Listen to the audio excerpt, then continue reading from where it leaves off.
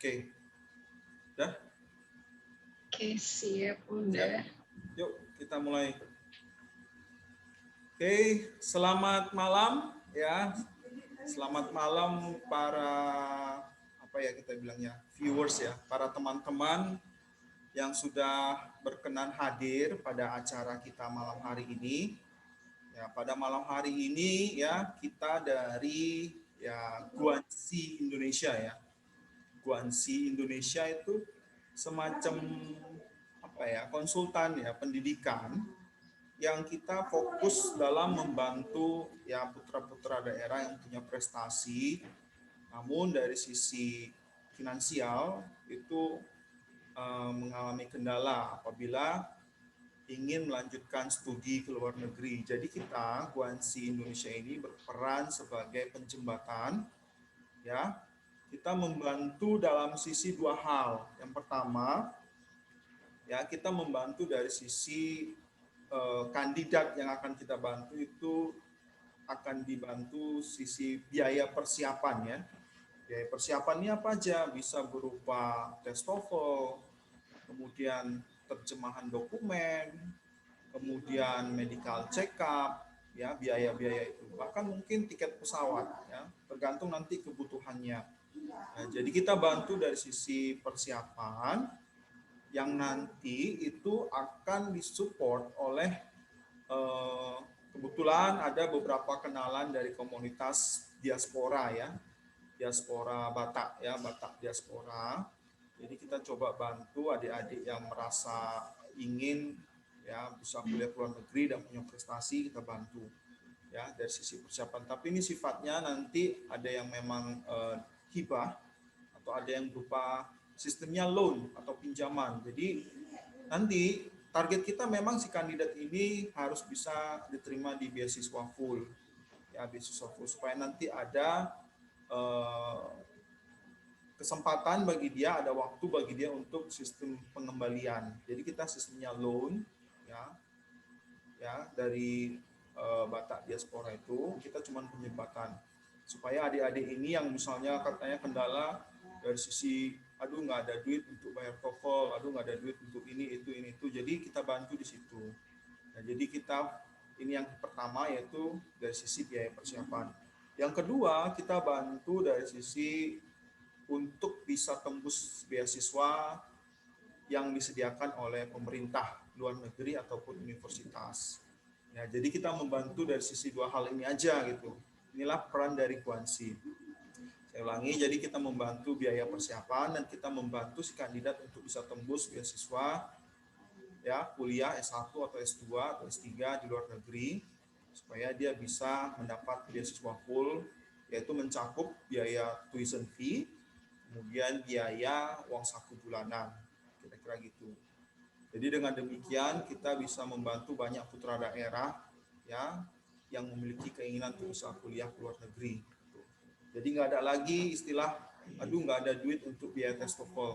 Nah, jadi nanti mereka ini bisa tes TOEFL dengan kita bantu. Mungkin nanti sistemnya reimburse gitu ya, reimburse. Jadi mereka tes TOEFL kayak biaya sendiri dulu, baru nanti kita gantikan biayanya tersebut. Gitu.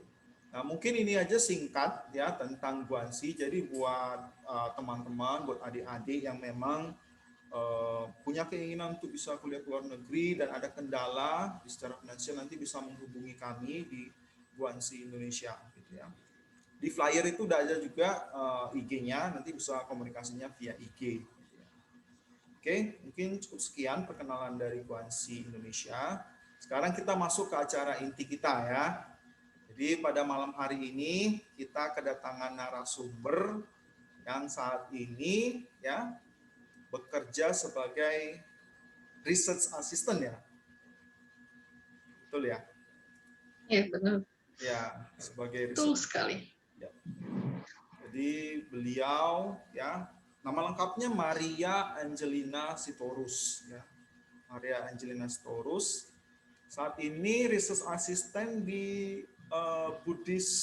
Buddha Suci ya kalau di Indonesia ya, Buddha Suci General Hospital ya, rumah sakit ini ya. Ya, kemudian dia sebelumnya kuliah di China Medical University ya. China Medical University di kota Taichung di Taiwan, ya. Nah, di China Medical University ini jurusannya Master Program of Biomedical Science ya. Iya, Bang. Master Program. Nah, ini IPK-nya kok skalanya berapa nih? Di sini Kenapa? 4,13. Skalanya berapa tuh? Oh, skalanya 4,3. Wah, hampir sempurna ya. Enggak, belum, Bang. 4, Tapi kalau di beberapa kampus ada juga yang 4,0 ya. Kalau di CMU paling tinggi 4,3. 4,3.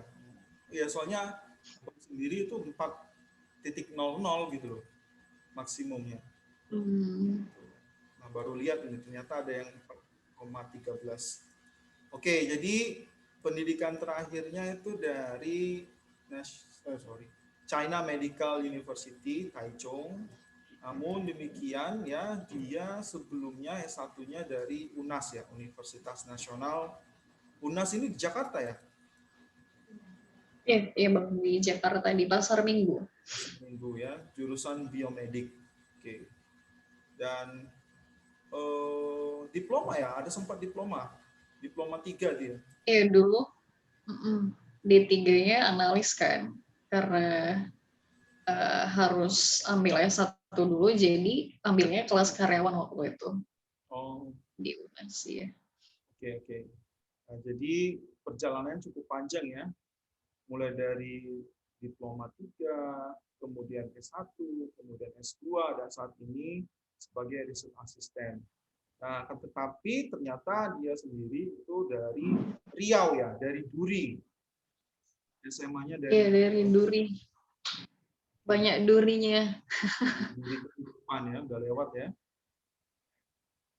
Oke, jadi sebenarnya Maria ini berasal dari Duri. Oke, mungkin itu saja perkenalan singkat dari narasumber kita ya. Nanti kita akan bagi sesi ini ya, sesi ini nanti akan ya dialog aja, dialog santai antara saya moderator ya Fleming Panggabean dengan narasumber ya Maria Angelina Storus.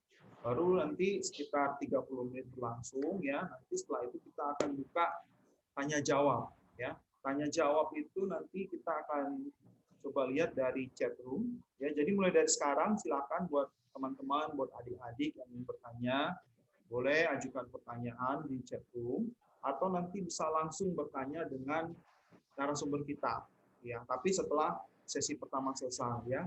Sesi pertama ini kita coba ya selama 30 menit ke depan ya. Oke. Ya, jadi Maria ya.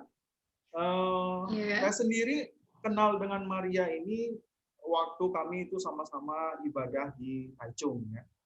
Di sebuah institusi gereja gitu ya. Nah, meskipun intensitas ketemunya itu nggak terlalu sering gitu ya. Kadang saya sendiri malas, nggak muncul.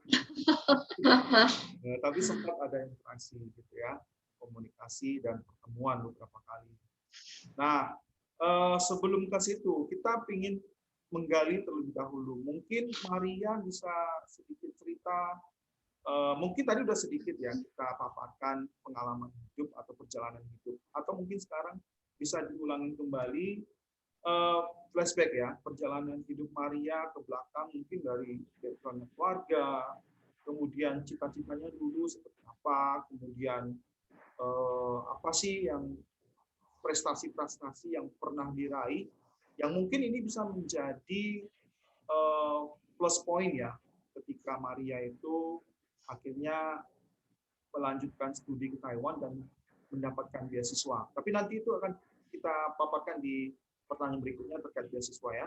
Sekarang kita ingin coba dengar dulu gimana sih sebenarnya background dari keluarga Maria, kemudian dulu sih sebenarnya cita-citanya apa, apakah pernah kebayang misalkan mau keluar negeri untuk kuliah gitu. Silakan Maria. Oke, siap. Terima kasih Bapak moderator. Jadi apa ya? Kalau aku menjawab yang background keluarga dulu ya. Jadi dari Kalau kita orang Batak kan manggil mama gitu kan. Kalau mama pekerjaannya guru Ya. PNS, tapi sekarang udah pensiun. Kemudian bapak dulu almarhum bapak pekerja buruh. Kalau di Duri itu kayak bor minyak gitu, Bang. Oh.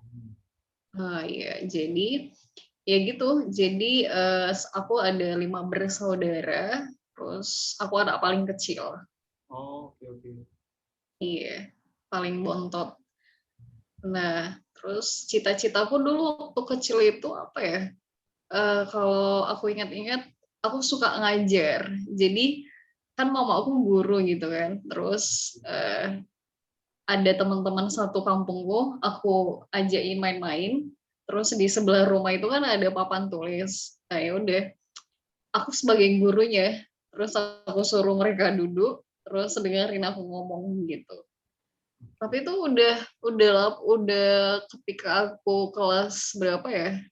Kelas 1 SD gitu. Jadi nggak pernah ngebayangin cita-citaku apa ya ke depan gitu, enggak. Terus setelah aku SD, SMP, ya nggak pernah kepikiran mau cita-citanya apa gitu. Tetap jadi pengen guru aja Ya. gitu.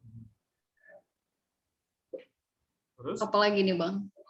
Prestasinya waktu SD nggak ada sih. Aku nggak pernah dapat prestasi apa-apa. Cuman prestasinya waktu aku belajar CD itu aku dapat peringkat 1. Padahal aku bukan anak-anak yang apa ya, bukan dibilang yang rajin baca Alkitab gitu, enggak. Tiba-tiba aja rupanya juara 1 gitu. Dapat Gitu apa sih. hadiahnya? Hadiahnya dapat Alkitab sama buku nyanyian gitu kan. Oh. Terus kok bisa ya gitu, aku nggak kan. Cuman mungkin ada penilaian dari bapak pendetanya gitu kan. Prestasinya waktu kuliah sih nggak pernah ada prestasi, paling waktu di UNAS ada lomba bazar, jadi kita dinilai sama ada penilai dari bagian kampusnya. Ya itu sih, aku suka suka berinovasi. Jadi kita buat makanan, terus akhirnya dinilai sama tim penilainya. Gitu sih. Yang prestasi di luar kayak Olimpiade aku nggak pernah ikut. Gitu. Nah, D3-nya kan itu tadi dari Medan ya, Politeknik Kesehatan Medan. Betul ya? Kenapa waktu itu memutuskan ke Jakarta? Kenapa ke Jakarta gitu? Kenapa nggak di Medan? Oh, Iya. Jadi dulu kan aku nggak lulus apa dulu namanya SPMB ya. Aku gagal kan. Aku pengennya jadi farmasi. Aku ambilnya jurusan farmasi di USU waktu itu kan. Kemudian aku coba simak UI sampai aku bimbingan beberapa bulan khusus buat simak UI pada waktu itu, tapi nggak lulus. Terus akhirnya aku coba farmasi USU sama kesehatan masyarakatnya, nggak lulus juga.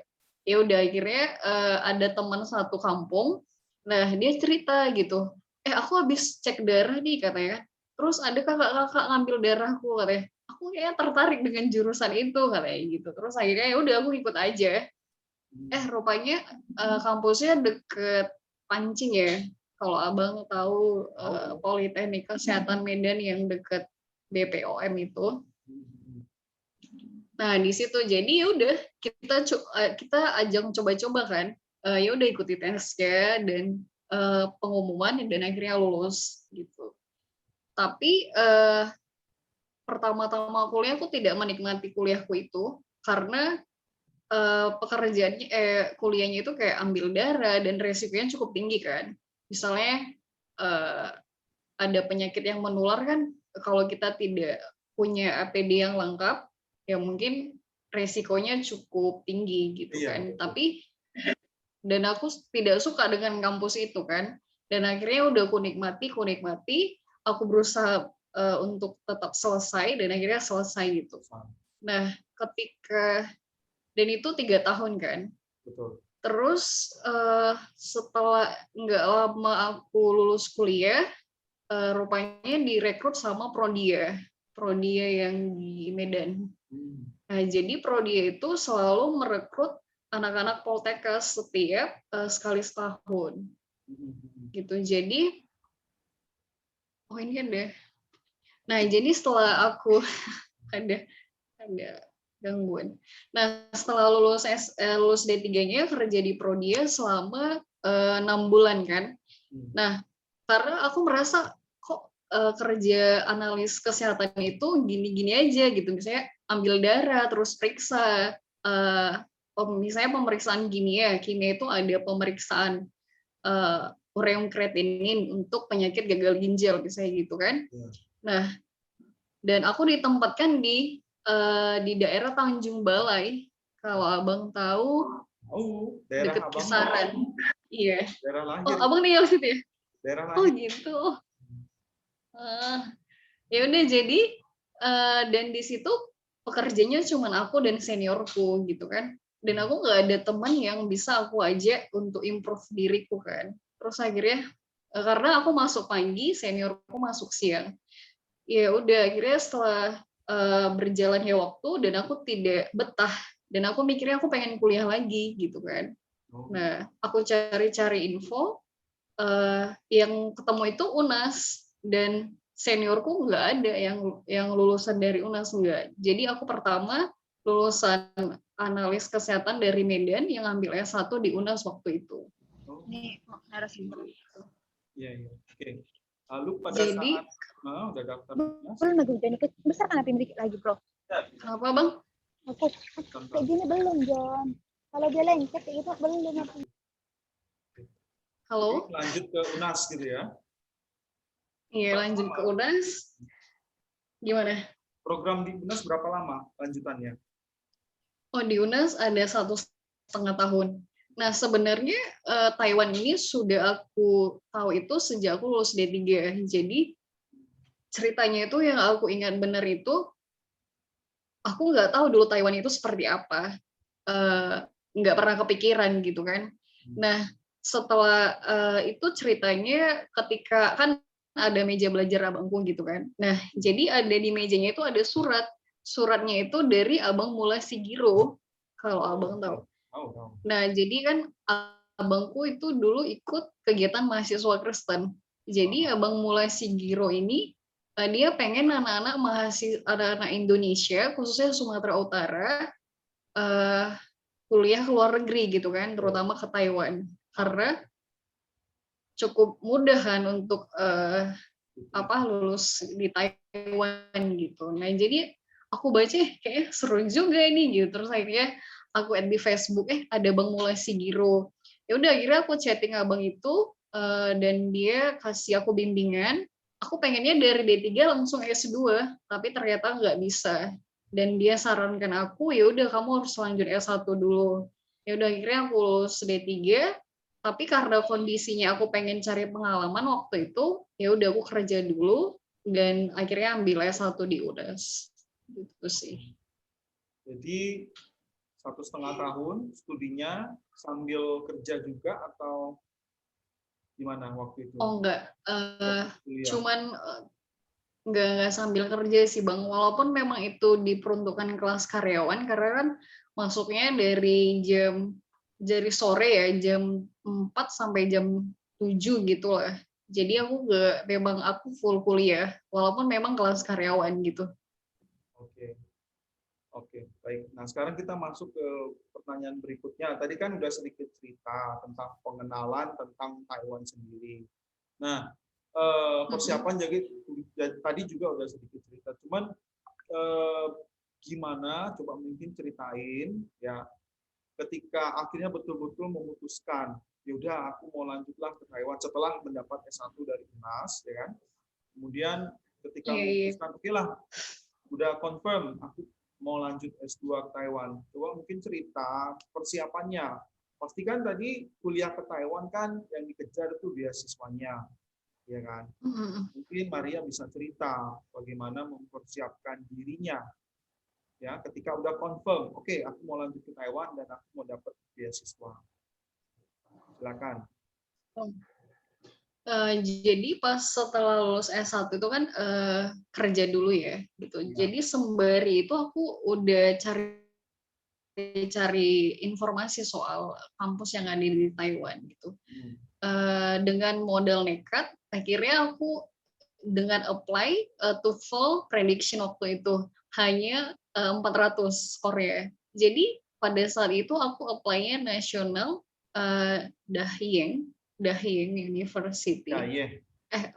Pokoknya Dahiyeng ya, bukan nasional ya.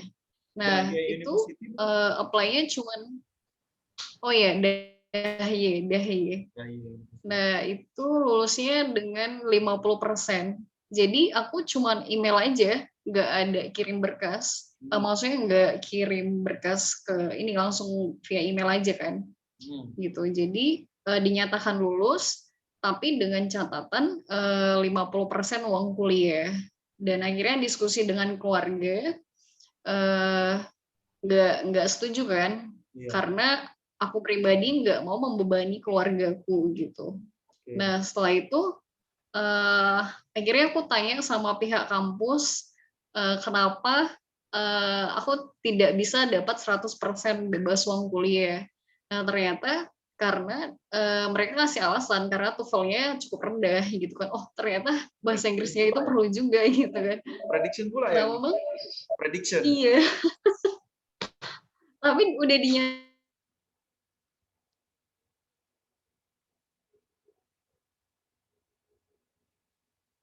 Halo? Mirin Bioklinik yang di Jakarta, di Kebun Jeruk waktu itu. Nah, aku resign karena aku pengen bener-bener perbaiki bahasa Inggris aku di Pare gitu. Perbaiki bahasa Inggrisnya maksudnya ngambil tes TOEFL-nya doang, bukan speaking-nya kan. Jadi ya udah akhirnya pergi ke Pare hampir 6 bulan di sana hanya untuk persiapan TOEFL. Nah, sembari aku persiapan TOEFL, aku apply juga dan yang mengurus semuanya itu aku sendiri gitu, nggak ada keluarga yang bantu, pokoknya ya aku harus mandiri gitu kan. Dan baik itu pengurusan paspor, terus visa dan apply dokumennya gitu. Berarti semua urus sendiri di Jakarta terus Surabaya ngurusnya? Dulu kayak paspornya aku ke Blitar karena kan dari Pare ke Blitar kan deket kan, jadi nggak perlu ke Jakarta lagi. Nah setelah aku selesai tes TOEFL dari Pare hanya dengan skor 470 dan aku udahlah selama 6 bulan aku cuma dapat 470 kan. Saya ya udah aku menyerah dan aku kembali ke Jakarta dan ya udah aku apply ke kampus-kampus yang ada di Taiwan. Tapi awalnya aku email dulu profesornya kan. Gitu. Berarti strateginya email profesor dulu ya? Iya Bang. Pertama sih cari kampusnya, terus aku email profesornya ketika aku sudah apply walaupun aku belum dinyatakan lulus. Tapi setelah dinyatakan lulus pun aku email profesornya, aku bilang aku adalah kandidat mahasiswa di kampus ini gitu. Oke. Jadi tadi bekal bahasa Inggris tadi yang 470 tadi itu yang digunakan untuk daftar untuk komunikasi dengan profesor. Tapi sebelum TOEFL yang real TOEFL-nya keluar, aku juga apply-nya pakai prediction dan dinyatakan lulus juga. Jadi yang aku analisis adalah Taiwan itu tidak melihat TOEFL-nya ini resmi apa tidak gitu. Sedangkan aku dengan menggunakan TOEFL prediction aja, mereka sudah menyatakan aku lulus gitu. Berarti nggak dipersulit ya ini? Nggak terlalu ketat ya. Jadi Taiwan itu cukup memudahkan. Sebenarnya yang dilihat mungkin keseriusannya ya, keseriusan orang ini mau belajar dan paling tidak udah punya bekal bahasa Inggris lah gitu ya. Dan dia menunjukkan keseriusan mau belajar. Makanya cenderung penerimaannya itu cukup bisa diterima lah ya dengan meskipun dengan TOEFL prediction gitu ya. Oke. Nah, jadi pada saat daftar itu akhirnya memutuskan ke, ya kan yang diterimanya di China Medical University. Apa pernah daftar juga di kampus yang lain? Oh, aku daftarnya sebelumnya aku nggak kuliah di China Medical. Jadi aku dulu daftarnya di banyak kampus, kayak Asia University, terus China Medical iya masuk list juga, terus National Formosa. Ya. Jadi ada 3 kampus yang aku apply. Nah, untuk semua menyatakan aku lulus gitu kan, tapi jenis-jenis beasiswanya yang beda. Misalnya kayak China Medical pada waktu itu dia tidak 100% bebas uang kuliah, hanya untuk master itu hanya 50%. Jadi kita harus bayar uang kuliah di tahun kedua. Dan uang sakunya pun cuman sekitar 3.000 20 atau 1.500.000 lah ya, gitu. Dan itu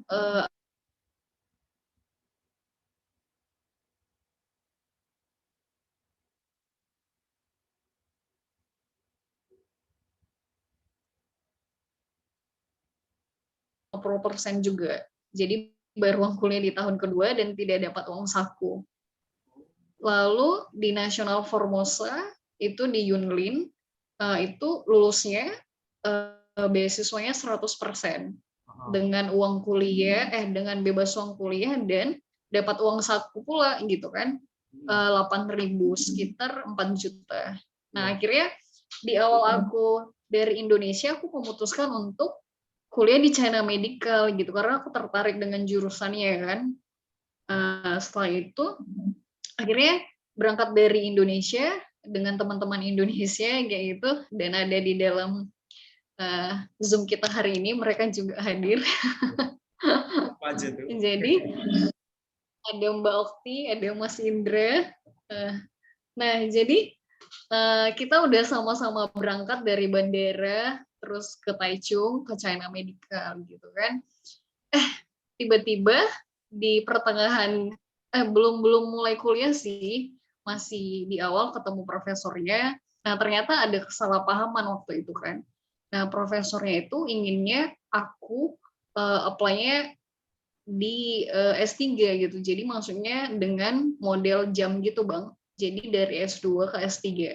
Nah ketika pun nggak lulus S3 ya kemungkinan nggak dapat sertifikat kan atau ijazah. Nah aku ragukan itu, dan dengan uang sakunya yang cukup rendah gitu kan, sekitar 6.000 NT atau 3 juta. Nah setelah itu aku nggak siap kan, karena sementara uang kos-kosan aja di Taichung kan sekitar 3.000 4.000 kan, dan aku dengan hidupnya cuman 3.000 selebihnya atau 2.000, dan aku tidak ingin keluargaku juga mengirimkan uang buatku gitu. Dan akhirnya ya aku meninggalkan CMU kayak gitu kan, padahal aku sudah komunikasi dengan bagian OIA-nya. OIA itu kan Office Internasionalnya kan. Nah di Formosa lebih keren kan beasiswanya, free bebas uang kuliah 2 tahun dan uang sakunya cukup memadai juga gitu. Jadi akhirnya aku pergi pindah gitulah istilahnya, dan aku tidak mengabarinya dengan pasti pada bagian international affair-nya gitu. Akhirnya aku udah kuliah di National Formosa waktu itu udah 3 bulan. Tapi kendalanya tiba-tiba di kelasnya itu mahasiswa yang internasionalnya cuman 3 orang aja, selebihnya mahasiswa lokal dan mereka bahasa Mandarin. Terus dan akhirnya aku nggak ngerti kan, tapi profesornya cukup humble sih, cukup baik. Dia bilang nggak apa-apa, nanti di kelas aku ngomong bahasa Mandarin, nanti setelah itu selesai kamu datang ke ruanganku dan aku akan menjelaskan dengan bahasa Inggris gitu. Tapi nggak semua profesor yang kayak gitu kan. Di situ aku jurusannya bioteknologi. Nah jadi aku pikir ini kayaknya nggak benar ini gitu kan, karena nggak dapat ilmunya, percuma aku duduk di kelas tapi mereka ngomong dengan bahasa yang aku tidak mengerti. Gitu. Dan akhirnya aku memutuskan untuk selesai juga Padahal kampus itu sudah memberikan uang bulanan selama 3 bulan kan waktu itu, dan aku udah bayar uang domnya selama setahun. Nah, ya udah aku sampaikan niatku lagi, dan akhirnya aku apply lagi ke CMU gitu. Aku apply lagi ke CMU, tapi Perpindahannya puji Tuhan. Kenapa? Oh, perbedaannya itu pertanyaan yang menarik ya.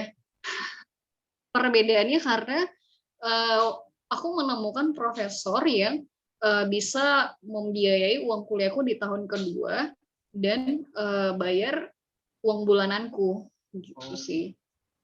Jadi aku nggak mikir lagi kayak mana supaya cari uang gitu kan. Terus ya udah akhirnya aku kontak profesornya, dan aku nggak tahu itu profesornya dulu kan. Aku browsing aja dari internet, ketemu ada nama profesor gitu kan. Terus akhirnya aku pindah dari Formosa dan kembali ke CMU gitu. kembalinya anak yang hilang. Jadi iya, Oke. tapi menghabiskan waktu 3 bulan sih ya. Harusnya lulusnya udah tahun lalu ya. Iya, harusnya tahun lalu udah lulus. Oke, jadi tadi kalau Abang Musa lihat ya sebenarnya mendaftar di lebih banyak universitas malah lebih baik ya, karena peluang diterimanya juga lebih besar gitu ya. Iya, Jadi sebaiknya ketika mendaftar itu di banyak universitas dan benar-benar. hubungin dulu profesornya ya. Dan ketika pun kita udah jadi mahasiswa di sini, kalau kita mau apply di kampus lain pun itu nggak jadi masalah gitu. Tapi ya sarannya sih nggak usah pindah-pindah kayak aku kan. Itu karena salah paham, ada salah apa ya bilangnya, salah planning Oke. gitu. Oke, jadi tadi juga catatan dari Abang sebenarnya kadang kita ngerasa bahasa Inggris kita juga masih kurang gitu ya. Padahal tadi Maria bilang yang disubmit juga malah yang prediction gitu ya. TOEFL prediction. Iya, iya. Ya, dan skornya juga ya masih 470 ya tadi ya. Iya, 470. Tapi ya tergantung bagaimana kita bisa memperkuat, mungkin diperkuatnya di motivation letter ya, kayak study plan-nya gitu ya.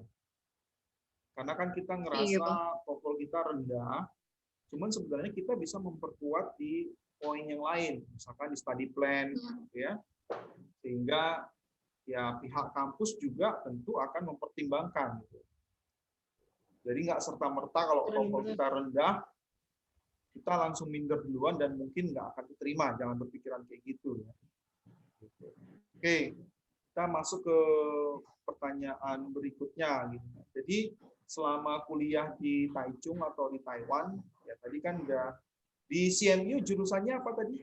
Tadi kan di Formosa biomedical ya. Kalau di CMU sama ya? Formosa bioteknologi. Bioteknologi. Tapi kalau di CMU biomedical science. Biomedical science itu jurusan apa sih? Tentang apa sih? Bisa cerita sedikit. Kalau yang di CMU, CMU yang biomedical itu lebih ke arah apa yang dipelajari dan penelitiannya?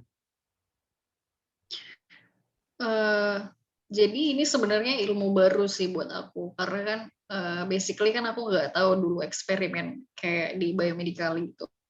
Jadi kayak biologi, tapi misalnya kayak aku risetnya bagian jantung dan stem cell gitu. Jadi kita tidak menggunakan langsung ke human-nya, ke manusia enggak. Jadi ada sel yang sudah di apa ya bilangnya. Jadi kita kerjanya kayak eksperimen gitu, menentukan protein marker apa saja untuk riset kita. Tapi tidak hanya itu aja, itu terlalu general kan. Kalau dulu waktu di master, aku jadi ada terapi stem cell yang diuji cobakan untuk penyakit jantung gitu. Jadi kayak berbau molekuler, biologi molekuler gitu. Kegiatan lab-nya sendiri itu biasanya tim atau individu? tergantung labnya sih Bang. Kalau kayak labku risetnya individu-individu, beda-beda gitu kan. Tapi ada juga lab lain yang tim-timan gitu. Tapi kalau untuk misalnya aku periksa kayak cancer gitu kan, teman yang lain periksa cancer juga. Tapi mungkin sama jenis kansernya. Aku kanker payudara, dia juga kanker payudara. Tapi mungkin menggunakan obat yang berbeda gitu. Ya. Oke, jadi selanjutnya Abang tuh pengen menggali selain kegiatan kuliah, Maria ada juga kegiatan-kegiatan di luar yang istilahnya kadang kan kuliah itu kan cukup mungkin ya jenuh gitu ya di lab terus kemudian Cukup belajar. jenuh ya. Terus, mungkin ada kegiatan lain yang mungkin bisa diceritakan selagi kita mahasiswa di Taiwan. Mungkin ada kegiatan lain di luar, atau kegiatan voluntary atau apa yang dilakukan yang mungkin itu bisa membuat kita relief ya, merasa lebih enak, atau mungkin bisa menjadi plus point juga, karena mungkin bisa kita tulis di CV kita nanti ya, misalkan ikut kegiatan voluntary atau kegiatan apa gitu. Cerita. Oh, maksudnya selama aku kuliah di SEMI ya? Kuliah, selama mahasiswa lah. Oh gitu. Jadi ya enggak sih. Aku paling karena kan kalau master kan kita ada 2 jenis lab kan. Ada lab kering sama lab basah. Jadi aku joinnya di lab basah. Jadi yang punya jadwal juga setiap hari itu kecuali Sabtu Minggu, jadwal labnya itu kita harus datang dari jam 9 sampai jam 6 sore gitu. Tapi kalau kita ada kelas ya udah kita pergi ke kelas. Cuman setelah selesai kelas biasanya kita kembali ke lab menyelesaikan eksperimen atau baca paper atau apa gitu kan. Yang penting ikuti jadwal aturan labnya. Cuma ada beberapa lab yang tidak seperti itu kan. Nah jadi karena punya jam-jam yang kayak gitu, aku jarang mengikuti kegiatan-kegiatan lain sih. Paling ya kalau hari Minggu ya ke gereja gitu kan. Gereja Indonesia, ketemu teman-teman Indonesia. Terus ada organisasi juga dari gereja kan. ada apa sih namanya Global Indonesian Association Care gitu. Nah, ya aku ikutnya di situ sih. Terus apalagi ya? Oh dulu ikut apa? Itu nggak ikut. Itu cuma event sih, event bagian apa sih namanya kalau Dragon Boat kan ada di Taiwan. Nah ikut itu aja sih. Itu cuma paling 1 minggu 2 minggu latihan terus lomba gitu sih enggak. Aku jarang ikut kegiatan di luar Bang. Ya, tapi itu cukup menyenangkan ya bisa ikut event yang istilahnya ya event yang penting juga ya di Taiwan ya, Dragon Boat Festival itu, ya kan? Iya. Tapi kalau corona gini nggak ada lagi. Iya.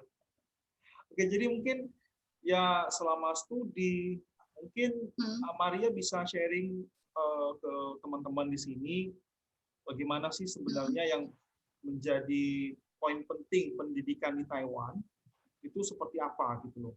Kalau di Indonesia kan kita itu sering sekali istilahnya mempermasalahkan link and match ya. Pernah dengar ya link and match. Banyak lulusan yang nggak bisa diserap di industri gara-gara katanya nggak match apa yang dipelajari kurang bisa digunakan di industri. Kalau misalkan di Taiwan itu poin penting dari pendidikan di Taiwan yang mungkin Maria bisa sharing gitu ke teman-teman.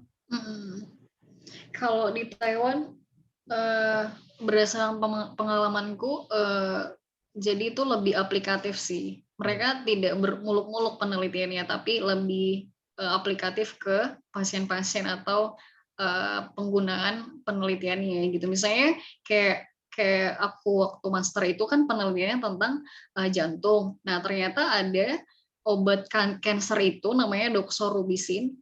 Efek samping obat itu ketika dipakai dalam jangka waktu lama akan merusak jantung. Nah, itu istilah singkatnya. Nah, ternyata setelah aku bekerja dengan profesorku yang aku sama waktu kuliah, dan itu sedang digunakan gitu kan. Nah, bagaimana cara untuk menanggulanginya itu, saat ini ada traditional Chinese medicine. Nah, jadi Chinese medicine itu sekarang sedang diaplikatifkan. Nah, dengan catatan yang sedang meneliti itu adalah profesorku gitu kan, dan dia punya ide-ide. Jadi dari obat Chinese medicine itu bisa mengurangi dari efek obat cancer tadi gitu. Jadi lebih aplikatif sih. Ya, ya. Apa yang sudah diteliti waktu master itu, ternyata aku pikir hanya sebatas itu aja. Tapi ketika aku bekerja, ternyata itu diteruskan lagi gitu. Iya, iya. Oke, sebelum kita ke pertanyaan gimana sih akhirnya bisa mendapat kerja, mungkin sebelum akhirnya Maria itu mendapatkan job offer, sebelum tamat S2-nya, apakah Maria pernah membuat planning dalam hidup? Apakah nanti mau stay di Taiwan atau balik ke Indonesia atau apa? Mungkin bisa cerita di situ sebelum akhirnya selesai tesis defense, ya kan? Apakah ada planning gitu? Mungkin bisa ceritakan. Pastinya pengen pulang ya, pengen pulang ke Indo. Tapi akhirnya Itu sih planning ya. Tapi akhirnya karena si corona itu lebih kuat, dan akhirnya ya gitu sih planningnya Bang. Jadi ya awalnya sih aku pengen pulang ke Indo waktu itu. Tapi di satu sisi aku pengen bekerja dulu, dan agak bimbang sih waktu itu memang. Di satu sisi aku pengen lanjut S3, terus aku pengen kerja, pengen pulang Indo, jadi nggak jelas waktu itu, buyar kan, campur aduk lah. Nah, ternyata dengan kondisi corona yang nggak kelar-kelar, ya udah akhirnya aku memutuskan untuk bekerja. Aku nggak ada apply di Indonesia waktu itu, karena aku udah tahu bakal lama gitu kan corona ini, mungkin agak lama kelarnya, dan akhirnya ya udah aku memutuskan untuk bekerja dulu di Taiwan gitu. Dan ternyata profesor yang jadi advisorku itu, dia udah bertanya 3 bulan sebelum aku lulus, dia sudah kirim aku pesan gitu kan, Maria, setelah lulus S3 nanti mau kemana? Setelah lulus S2 nanti mau kemana? Katanya gitu. Ya udah aku jelasin. Aku bilang aku pengen bekerja dulu sembari mempersiapkan S3, aku bilang gitu kan. Terus akhirnya beliau bilang, ya udah, saya akan, jika kamu tertarik, saya akan menyusun kamu untuk bekerja sebagai research assistant, katanya gitu di lab dia. Dan akhirnya ya udah aku pertimbangkan dulu. Setelah aku defense, akhirnya aku jawab pertanyaan dia, gitu sih. Oke, berarti planningnya bergeser berdasarkan faktor eksternal. Planningnya bergeser. Tadinya emang kalau misalkan balik ke Indonesia mau jadi dosen gitu atau gimana? Iya, pengen awal jadi. tadi cerita suka mengajar, senang mengajar. Apa sih Bang ya? Nggak pengen langsung jadi dosen gitu. Ya itu bagian dari cita-citaku juga sih, pengen ngajar juga. Tapi mungkin sebelum mencapai itu aku pengen kerja dulu misalnya di bagian penelitian, kayak misalnya LIPI. Tapi kan untuk masuk LIPI kan nggak gampang juga kan. Sulit ya, berbulan-bulan loh tahapan seleksi. Ya gitulah, namanya juga prosedural ya.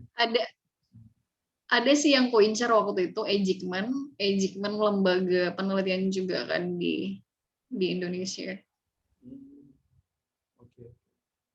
Oke. Nah, ya apa ya selanjutnya yang kita ingin tanya? Mungkin sebelum kita tutup sesi pertama, mungkin Maria bisa ngasih semacam advice ya, singkat aja buat adik-adik, buat teman-teman ya, untuk yang sedang berjuang, yang sedang berusaha untuk mengikuti jejak Maria, bisa kuliah, kemudian dapat beasiswa, dan kemudian nanti akhirnya bisa mendapatkan pekerjaan. Mungkin bisa di-sharingkan apa yang bisa menjadi poin-poin penting gitu kepada adik-adik teman-teman.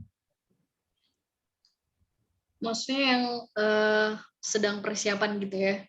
Buat mereka yang sudah persiapan, supaya mereka itu lebih pede, supaya mereka lebih tahu apa yang harus dilakukan gitu loh. Jangan fokus kepada kekurangannya gitu loh. Kadang mereka katanya, aduh belum punya TOEFL nih, belum punya TOEFL dan sebagainya. Jadi nggak berlanjut-lanjut tindakannya gitu. Mungkin bisa Maria kasih kata-kata penyemangat atau apa gitu.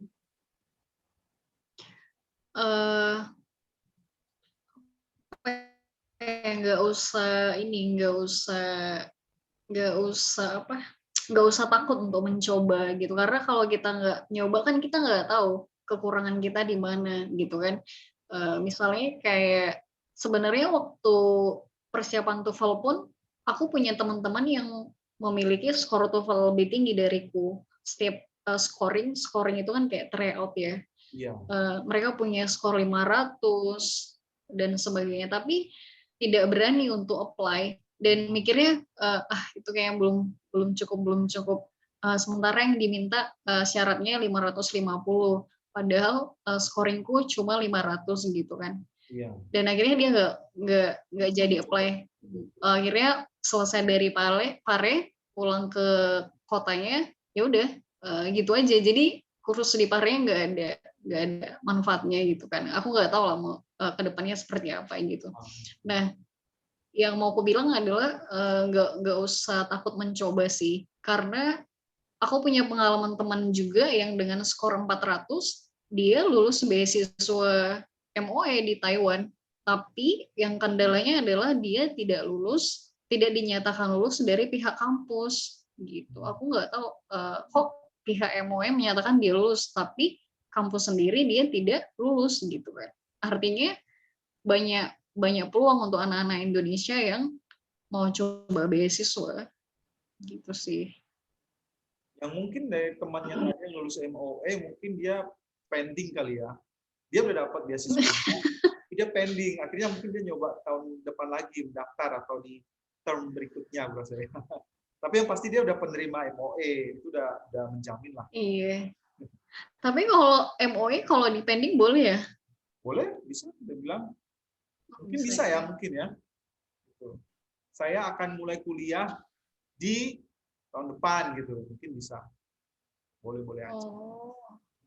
Oke. Aku nggak pernah nyoba MOE, Bang. Nggak apa-apa. Nanti S3-nya kita MOE. Oke, kita masuk ke sesi kedua ya, tanya jawab. Saya akan pilih 3 terlebih dahulu. Ya, cepat aja nanti Maria bisa langsung jawab.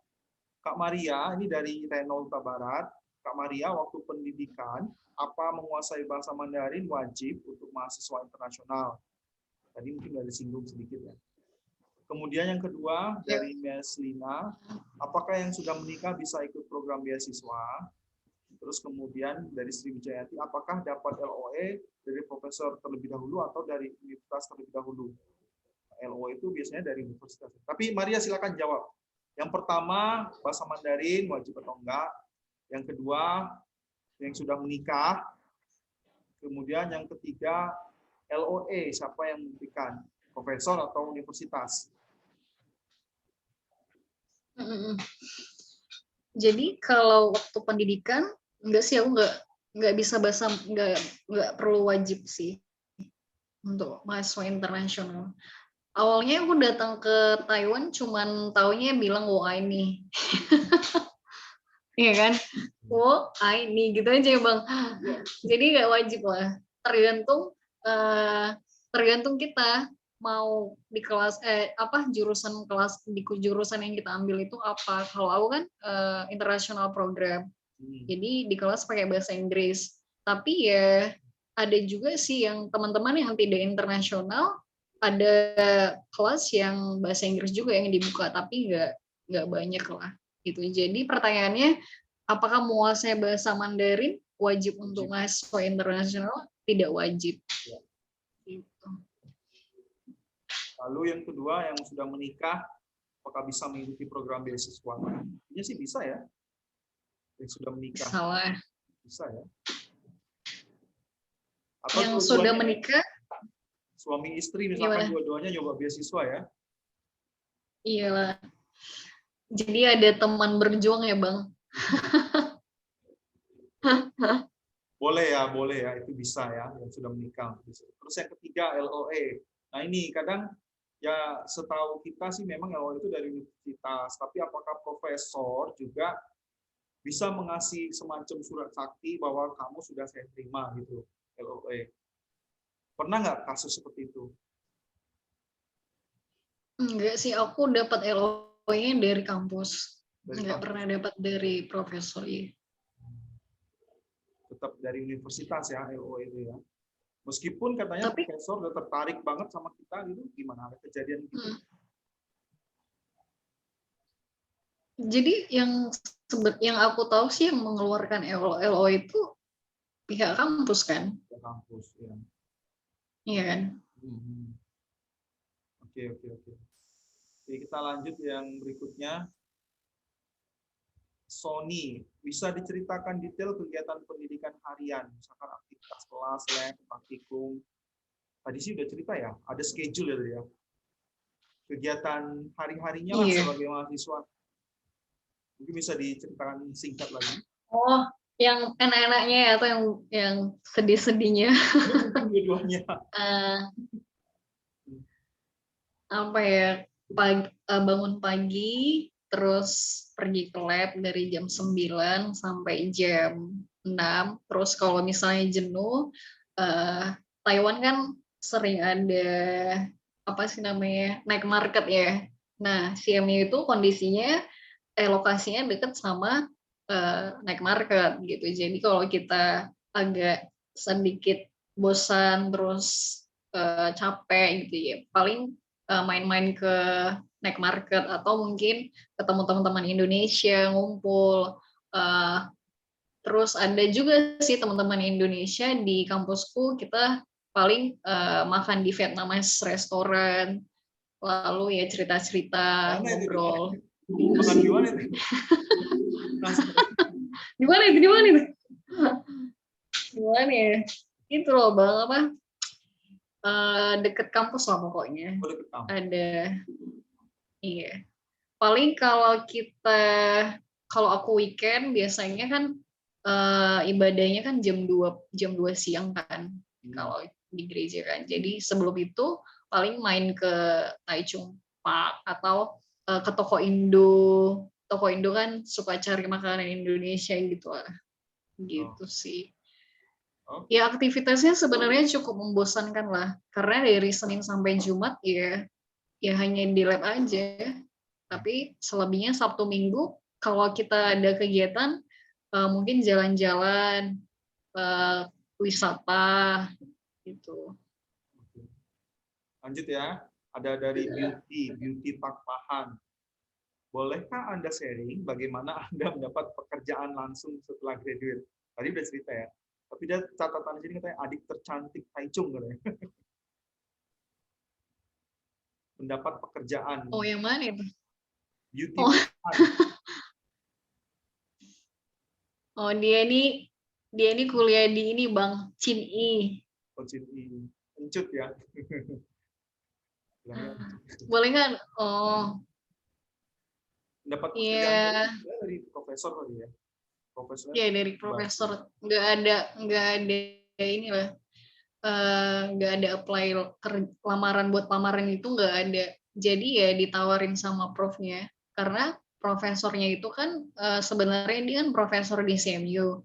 Nah cuman karena dia ada dapat project dan dia pindah profesor, jadi dia pindah status ke uh, Sechi University, Sechi Hospital, tapi dia masih statusnya masih profesor di CMU juga, tapi tidak full time gitu.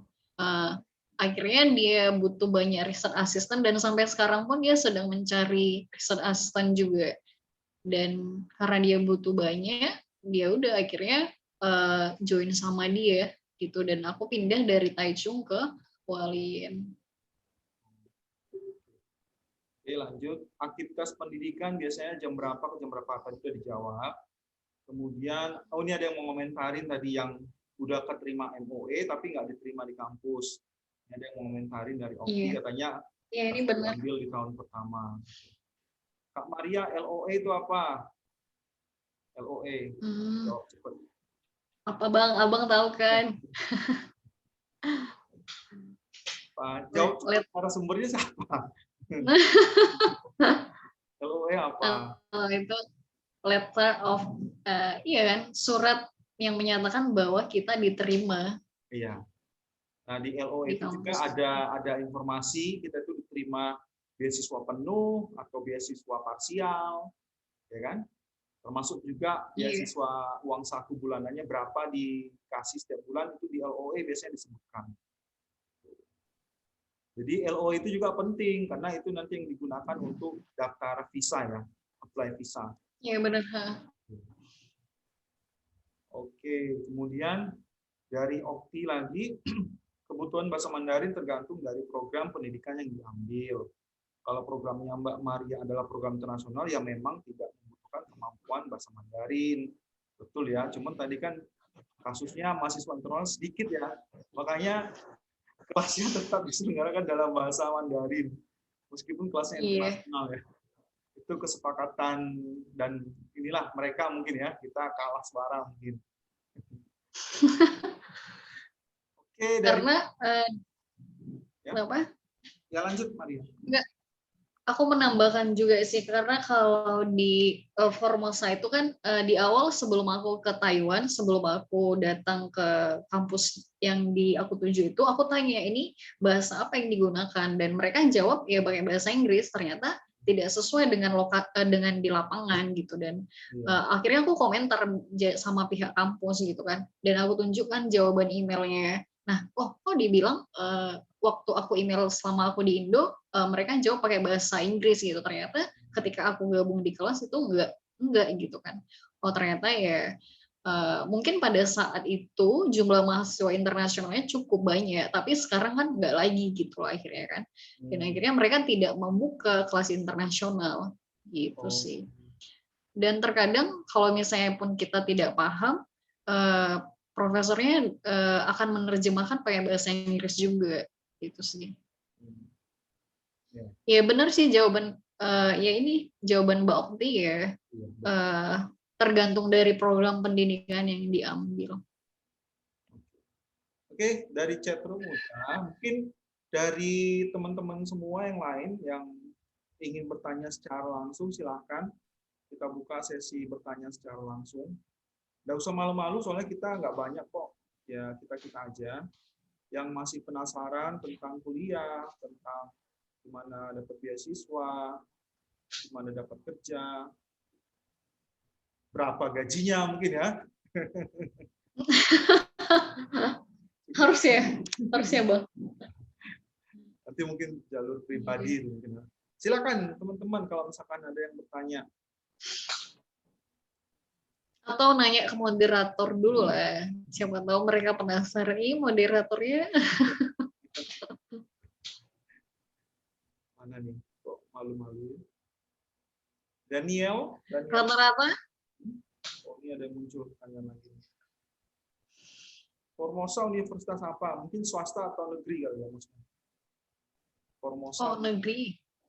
Karena namanya di depan Nasional Formosa. Sri Wijayanti, silakan kalau mau bertanya langsung. Tuh udah. Oh. Atau ada yang kelewat ya dari chat room ini? Enggak. Ya sih karena ya beberapa aja.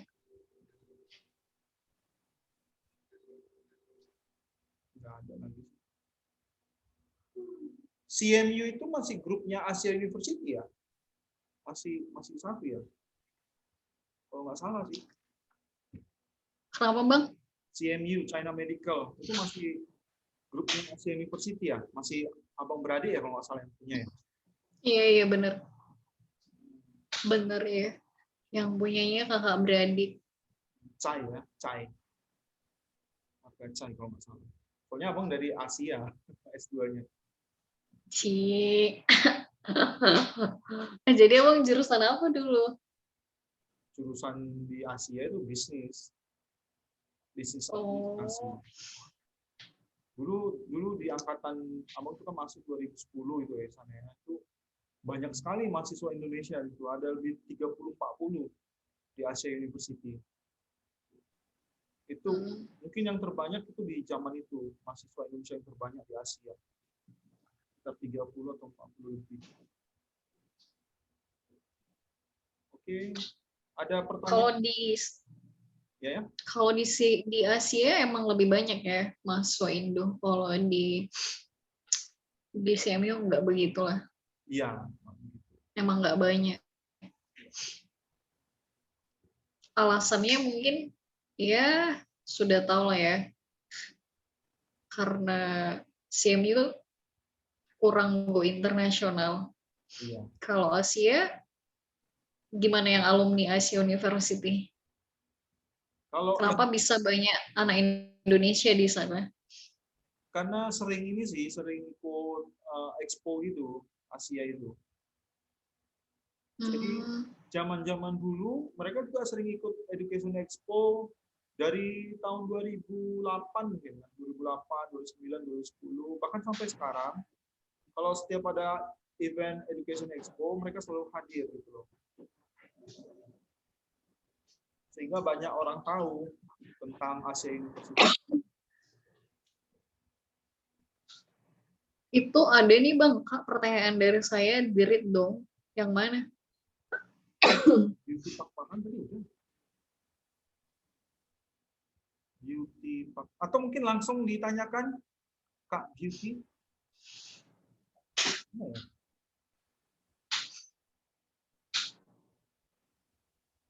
Pertanyaan dari Beauty. Oh ini ada yang nanya nih. Kak, kalau saya mau tanya, kalau ambil beasiswa ke luar negeri harus ambil master? Nggak bisa. Maksudnya apa? Ambil beasiswa ke luar negeri harus ambil master. Nggak bisa S1. Oh, dia mau coba S1 mungkin. Ada beasiswa juga nggak kalau S1? Gitu loh maksudnya. Nah, aku nggak pernah punya pengalaman sih. Ini teman Beauty juga dia itu dari D3. Jadi dia ambil S1 juga, Bang. Ini yang teman kita yang ada di sini juga ada Beauty, dia mungkin dia bisa jawab pertanyaannya. Jadi dia D3 terus ambil satu lagi gitu di Taiwan. Iya, jadi mereka sambil bekerja. Oh gitu. Oke, ada pertanyaan lagi nggak? Bolehkah Anda sharing bagaimana mendapatkan pekerjaan? Oh, tadi udah ya? Tadi udah. Udah tadi. Bagaimana mendapatkan Udah pekerjaan? tadi. Udah tadi udah dibahas, udah dijawab. Iya, Nggak dengar. Oh, apa? nggak dengar dia. Ini ada yang raise hand. Siapa nih raise hand? Jadi dijawab lagi nih. Sri Wijayanti mau tanya, silakan. Ya, boleh ya. Itu tadi yang saya tanyakan waktu kan yang pertama tadi Kak Maria cari profesornya dulu ya, baru kemudian daftar ke universitasnya gitu, atau daftar universitas dulu baru cari profesornya. Itu tadi yang saya masih bingung. Yang mana dulu, apa cari profesornya dulu tadi itu, apa daftar dulu ke universitasnya gitu. Iya, makasih Mbak. Sebelumnya, kalau pengalamanku, aku daftar dulu sih di universitas waktu itu. Gitu. Jadi setelah aku dinyatakan lulus, kemudian aku bilang aku adalah mahasiswa kandidat dari kampus ini. Kemudian aku tertarik dengan lab Anda, terus aku cantumkan CV-ku. Jadi prosedurnya aku daftar universitas dulu, terus setelah aku dinyatakan lulus, aku email profesornya gitu. Tapi nggak menutup kemungkinan juga ada juga yang aku kerjakan sebelum aku daftar kampusnya karena menunggu pengumuman yang lama, aku email profesornya juga gitu. Dan aku kasih tahu aku sedang menunggu pengumuman dinyatakan lulusnya tanggal sekian, bulan sekian, aku kasih tahu juga sama profnya. Dan akhirnya setelah dia balas email, biasanya dia bilang, oh ya udah menunggu keputusan dari kampus gitu. Jadi tidak ada menutup kemungkinan sih, dua-duanya juga aku pikir boleh-boleh aja ya. Oh, baik-baik. Jadi tetap kita harus fokus dulu ya, maksudnya minat mana yang mau kita ambil gitu kan, terus kemudian kita kita fokus profesornya mana gitu ya, dan cuma nanti apakah nanti bersamaan atau setelah diterima itu bisa keduanya gitu ya. Tapi yang penting kita berarti kan fokus dulu pada minat mana yang mau kita ambil gitu ya. Iya, benar-benar. Oke, oke, baik, terima kasih banyak. Sama-sama. Ya. Atau moderatornya ada pengalaman mungkin menambahkan. Kayaknya beda jurusan beda sih ya. Soalnya Iya, kalau Bang, gimana? misalkan jurusan social science itu memang lebih ke arah kita menunggu secara pasif, ya kan? Menunggu secara pasif dalam arti universitas mengumumkan kita diterima atau enggak. Kalau misalkan jurusan yang butuh penelitian kayak jurusan Maria, ya, yang ada lab-lab gitu, mungkin kita harus proaktif, ya kan? Bertanya kepada profesor. Aku menunjukkan aku sangat-sangat ingin ikut dalam penelitian profesor. Nah, dengan demikian profesornya itu akan istilahnya memberikan perhatian kepada, oh si anak ini, mana aplikasinya? Aku mau baca, aku mau lihat penelitiannya seperti apa. Nah, profesor itu tentunya nanti bisa memberikan pengaruh, ya kan? Bisa memberikan pengaruh, mungkin dia punya suara, aku mau anak ini, nanti loloskan dia gitu. Mungkin seperti itu. Misalnya untuk ada penelitian, yang ada lab dan sebagainya. Untuk social science, kayaknya sepertinya keputusan itu memang dari pihak admission ya, tim admission. Karena jurusan social science itu lebih cenderung ya umum sih, bukan hal sesuatu yang betul-betul kayak tadi ada penelitian, ada project, ada apa gitu. Enggak. Jadi mungkin untuk yang jurusan-jurusan yang ada lab, yang ada penelitian itu kita bisa proaktif bertanya kepada profesor, sehingga profesor itu bisa terpengaruh dan dia tertarik dengan kita, dan setelah itu dia akan memberikan pengaruhnya kepada tim admission.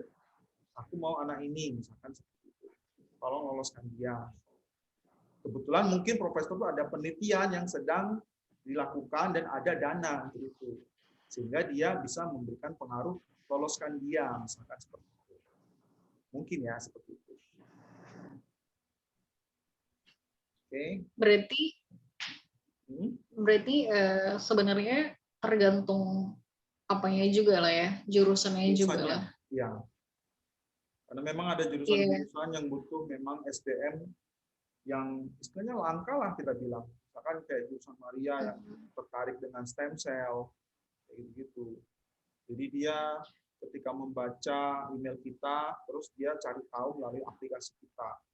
Ketika aplikasi kita bagus, dia langsung bisa ngasih pengaruh, ngasih catatan, ACC misalkan. Silakan diproses supaya dia diterima di departemen saya. Benar-benar. Tapi yang ketika aku apply CMU kan, aku kan 2 kali daftar di CMU kan. Ya. Nah, awalnya sih yang aku sudah dinyatakan lulus dan aku nggak jadi ngambil, aku apply lagi kan di CMU. Ya. Pada waktu itu kan aku belum apply di kampus, tapi aku udah email profesor gitu. Nah, ternyata beasiswanya sama aja gitu kan. Nah, sebelum aku dinyatakan lulus, profesor udah bilang, ya udah kamu apply aja, nanti untuk masalah uang kuliahnya 100% apa tidak, nanti saya telepon pihak kampus gitu kan. Nah, ternyata itu nggak ada pengaruhnya, terus dinyatakan lulus, dan karena mungkin dana CMU aku nggak paham, tetap kayak gitu. Jadi mahasiswa S2 yang internasional 50% bebas uang kuliah. Ya mungkin karena dananya juga kali ya. CMU kan swasta. Iya. Kalau yang nasional atau negeri, mungkin dia punya dana dari pemerintah sehingga dia bisa menentukan gitu. Karena kan ketika profesor di kampus negeri dapat dana dari pemerintah, ya kan, dia profesor yang terpandang di kampus itu gitu kan. Iya kan? Dia terpandang di kampus itu dan punya pengaruh gitu. Karena dia bisa mendapatkan dana dari pemerintah gitu. Sehingga dia punya suara di kampus itu. Gitu. Oh, ini ada pertanyaan nggak ya? Benar-benar. Oh, ini ada pertanyaan. Kak Maria mau tanya, kenapa harus ambil beasiswa ke Taiwan? Kasih alasannya selain beasiswa. Selain karena beasiswa, misalnya kayaknya pengen mengenal budaya di sana atau semacamnya. Kenapa memutuskan kuliah ke Taiwan? Apa ya? Karena udah takdir ya, Bang. Kalau zaman-zaman abang dulu tahu nggak kenapa? Kenapa nggak tahu? Karena FC. Kenapa? FC, F4. Nggak tahu ya, Meter Garden ya, nggak tahu ya. Tahu lah. Oh ya. Tapi F4-nya sekarang udah bubar kan? Masih ada lagi? Udah nggak ada. Nggak ada. Oh, jadi Abang karena F4 gitu ya? Aku karena apa ya? Karena itu tadi, karena dengan syarat yang tidak, mungkin yang nggak terlalu susah kan dibanding negara lain. Terus karena budaya pun aku nggak tahu dulu budaya di Taiwan itu semacam apa, aku buta kan, nggak tahu bahasa Mandarin pun nggak tahu apa-apa. Terus ya udah pengen aja gitu kan. Sekolah kuliah di luar negeri mungkin ada pengalaman baru gitu sih aku mikirnya, karena kan aku suka traveling juga kan gitu. Terus ya udahlah akhirnya lulus di Taiwan, ya udah datang gitu, belajar di sini. Oh, ternyata budaya mereka seperti ini gitu sih. Oke. Mungkin udah. Itu ada ini. Mau nanya nggak? Oh iya. Halo Mas Maria. Akbar. Gimana Valdian? Maria mau tanya ini status apa namanya? Status kepegawaiannya itu seperti apa? Apa kemarin tuh hire-nya itu under contract atau pekerjaannya itu under table salary dari profesornya? Terima kasih Maria. Oke. Dijawab nih. Silakan dijawab. Jadi kemarin itu under contract sih. Karena pas kita udah kan tidak ada ujiannya kan kalau di sini. Kalau di yang akunya. Nah, setelah udah nyampe di rumah sakit waktu itu ya udah langsung ditandatangan sama aku tanda tangan, tapi semua berkas-berkasnya udah diselesain sama bagian sekretarisnya. Jadi berdasarkan under kontraknya. Nah, kontraknya itu ada 11 bulan. Jadi ketika memang profesornya ingin lanjutkan kita, ada kontrak baru lagi. Gitu. Apakah menjawab pertanyaan Mas Akbar? Jadi Maria kemarin berarti official ini ya, official research staff ya di Hualien Hospital. Apa maksud saya? Apakah itu termasuk ada dapat kayak semacam covering NHI? Oh iya, itu official pekerja, bukan di bawah undernya profesor, nggak. Jadi gajinya itu datangnya dari rumah sakitnya itu.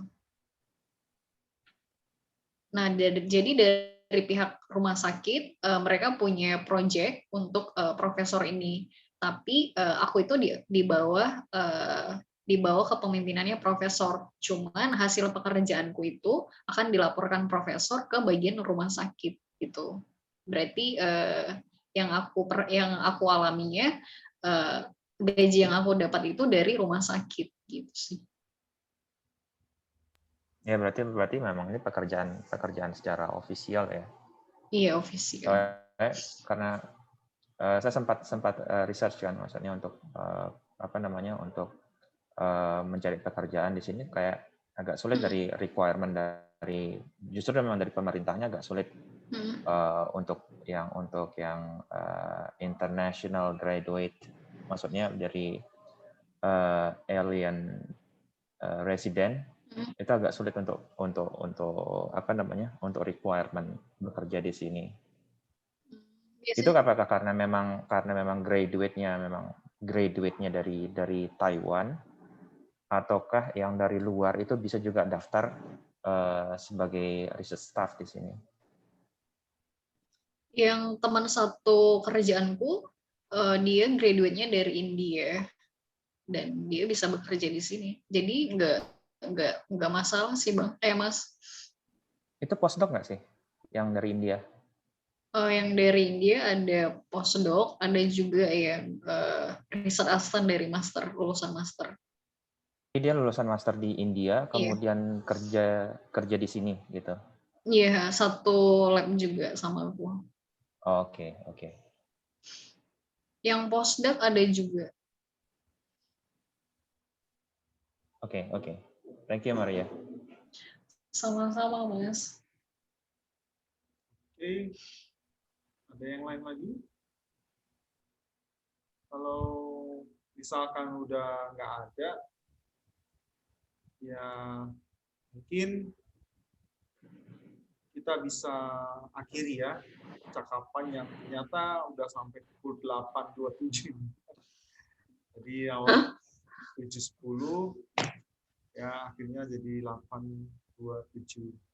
Oke. Terima kasih kepada narasumber kita, Maria, ya, buat sharingnya mulai dari keberangkatan, kemudian upaya untuk beasiswa, kemudian pada saat kuliah dan akhirnya mendapatkan job offer di Suci Hospital ya di Hualien. Di Hualien lebih dingin ya? Nanti musim dingin ya? Ya juga lebih dingin lah. Hualien lah kan. Hualien kayaknya lebih panas. Tapi karena dekat gunung juga ya. Ya. Dekat laut juga. Oke, ya. Terima kasih kepada narasumber kita, kepada semua teman-teman juga yang sudah ikutan acara kita dari awal sampai akhir. Mengucapkan terima kasih ya. Jangan lupa nanti silakan juga di like ya Instagramnya Guanxi Indonesia. Mungkin ke depan kita juga akan ada lagi kegiatan-kegiatan seperti ini. Bukan cuma dari Taiwan, mungkin dari negara lain. Sekali lagi catatan dari kami ya, Guanxi itu macam ya membantu kalau misalkan ada kandidat atau misalkan ada adik-adik atau saudara atau kenalan kita yang ingin kuliah ke Taiwan atau ke luar negeri ya memang kita mempersiapkannya untuk yang full scholarship ya untuk yang full scholarship cuman kadang mereka mengalami kendala dari sisi biaya di awal itu artinya biaya persiapan seperti disampaikan di awal mungkin biaya TOEFL-nya, biaya administrasinya, biaya visa, bahkan mungkin biaya tiket. Jadi Guanxi itu hanya semacam penjembatan, ya. Penjembatan antara ada yang membutuhkan dan ada orang yang bisa membantu.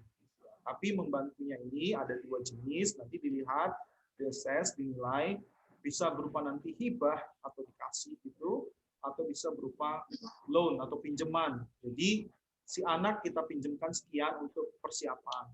Nah, ketika si anak itu nanti udah tembus beasiswa penuh gitu ya, artinya kan dia menerima beasiswa, dia menerima uang saku tiap bulan. Mungkin dia nanti di-challenge untuk bisa mengalokasikan dari setiap bulannya, kemudian nanti akan mengembalikan. Jadi dia wah asik dong. Aku dulu nggak ada gitu ya. Ada gitu kan? Iya, makanya ini karena ini berdasarkan pengalaman abang tanya ke si A, ke si B, ke si C, dan ke pribadi sendiri gitu loh. Dulu waktu mau berangkat itu biaya-biaya di awal itu kita berjuang sendiri kan. Kadang kita minjem di kakak kita, kita terus minjam uang ya. Uang gitu ya. Kemudian nanti dikembalikan gitu. Syukur-syukur kakak kita punya duit gitu. Kalau nggak ada, ya jadi mimpi keluar negeri itu cuma sekedar mimpi jadinya kan. Atau kita bisa, cuman kita harus kerja dulu mungkin ya. Nabung dulu ya kan. Baru nanti ikut tes TOEFL. Setelah itu nanti tabung lagi untuk biaya tiket atau biaya administrasi, biaya paspor dan sebagainya. Jadi Guanxi ini hanya semacam penjembatan. Jadi kalau misalkan ada, Jadi aku boleh jadi, maaf Bang, aku boleh ganti jadi moderator enggak? Soalnya aku tertarik ingin bertanya. oh ya boleh, silakan. Nah, jadi ketika misalnya ini ada teman yang punya keterbatasan dalam finansial gitu kan. Nah, tadi Guansi ini akan menjembatani. Ya. Nah, dipinjamkan gitu kan. Nah, ada berapa lama batas waktunya Guansi akan meminjamkan kepada calon mahasiswa? Nanti kita lihat, karena kan nanti jenis beasiswanya seperti apa. Ada yang dapat beasiswa pemerintah, ada yang dapat beasiswa kampus, ya kan. Nah, kalau yang beasiswa pemerintah kan cenderung lebih banyak yang didapat kan, ya kan, bulanannya. Jadi nanti kita lihat terminnya, yang istilahnya bisa, misalkan dapat 20.000 kalau MOE gitu ya kan, dapat 20.000. Jadi mungkin kita challenge dia, misalkan setiap bulan akan mengalokasikan mungkin 3.000, ya kan. Jadi kalau dia misalkan pinjam, misalkan contoh pinjam 30.000, jadi setiap bulan dia alokasikan 3.000 dikali 10 bulan. Gitu. Jadi dia hanya mengembalikan dalam 10 bulan karena dia di awal tadi dipinjamkan 30.000 NT. Jadi tergantung jenis beasiswanya. Jadi sistemnya seperti itu. Oh gitu. Jadi kayak nyicil ya? Betul, nyicil. Dan dengan demikian kita memang menargetkan bahwa memang orang yang kita bantu bakal keterima di full beasiswa. Kita bisa tahu orang tersebut akan keterima full beasiswa dari apa? Dari syarat-syarat yang dibuat nantinya. Misalkan IPK-nya, dari sisi bahasa Inggrisnya, ya kan? Kan dari situ kita bisa lihat anak ini bakal keterima full atau enggak. Kayak misalkan kasus Maria tadi, TOEFL-nya cuma 470, ya kan? Ternyata hasilnya cuma parsial gitu kan. Gitu. Nah, mungkin secara administratif seleksi kita mungkin tidak akan mempromot anak tersebut, tapi kita akan mempersiapkan nanti di bahasa Inggrisnya supaya bisa kuat. Dia bisa memperkuat bahasa Inggrisnya, mungkin bisa naik jadi 530, ya, dan seterusnya. Nah, ketika dia sudah punya TOEFL 500 ke atas atau 530, syukur dapat 550, dan juga dia punya nilai GPA yang bagus, baru kita berani mempromot dia gitu loh. Itu. Oke. Nah, berarti GNC ini apa sih namanya? Sebuah lembaga bukan ya? Ya, lebih ke arah situlah nanti. Terus ada jaminan kah ketika misalnya di tengah jalan si mahasiswa itu ternyata tidak lulus kuliahnya? Gimana itu? Ya, nanti ada komitmen lah, hitam di atas putih gitu. Oh gitu ya? Nah, ada hitam di atas putih, karena itu tanggung jawab juga kan. Kita udah percaya sama dia, membantu dia, tapi dia begitu udah kuliah, dapat beasiswa penuh, tapi malah having fun misalkan gitu, nggak lulus. Kan susah juga kita gitu kan. Gitu.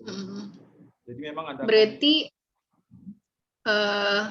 Abang kenapa punya inisiatif untuk membentuk GNC ini, dan apakah anggota-anggota yang di bagian GNC ini berarti sudah jelas gitu siapa donaturnya, kemudian leadernya siapa gitu ya?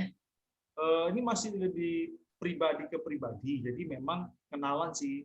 Karena kan Guanxi itu Mandarin artinya jejaring atau relationship.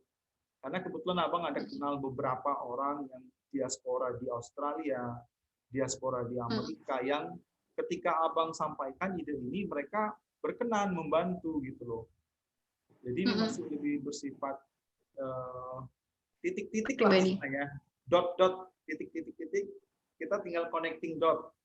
Ada titik yang mana membutuhkan, ada titik yang mana bersedia membantu, ada titik yang bisa mempertemukan gitu loh. Jadi kita cuma menghubungkan titik-titik itu aja. Ke depan mungkin nanti bisalah dibuat semacam organisasinya.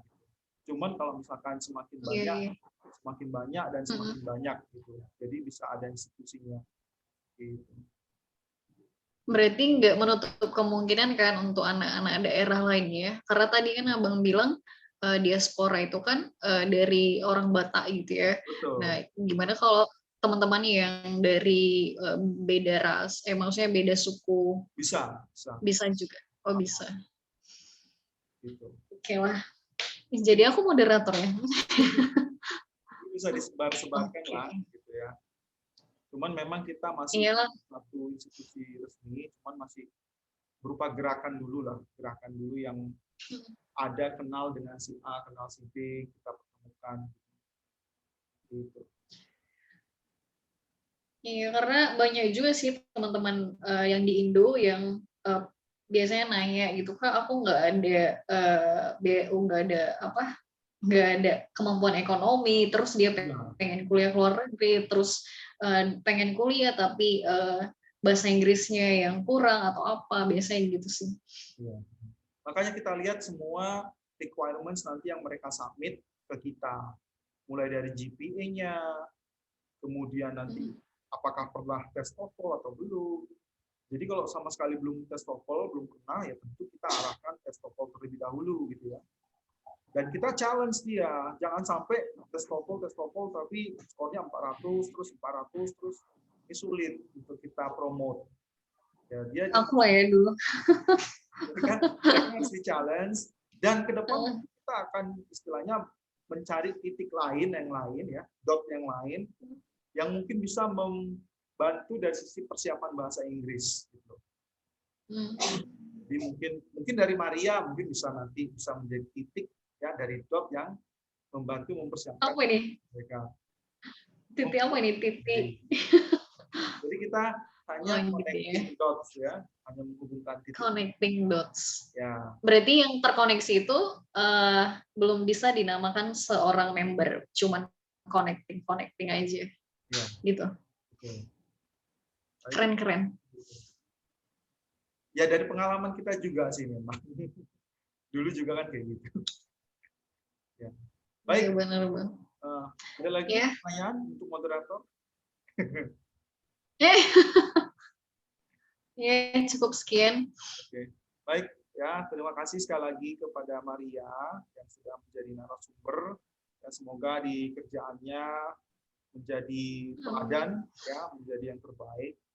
Profesornya sebagai ketua project senang, rumah sakit sebagai employer juga senang ya. Dan kalau misalkan nanti ada peluang di situ, sharingkan dengan teman-teman yang lain yang dari Indonesia ya, supaya kita bisa saling membantu. Ya. Buat teman-teman yang lain, ya, ada Daniel, ada Gusti, ada Indra dan seterusnya. Terima kasih buat partisipasinya. Ya, jangan lupa di like IG-nya Kuansi Indonesia. Nanti info-info lain ada di situ.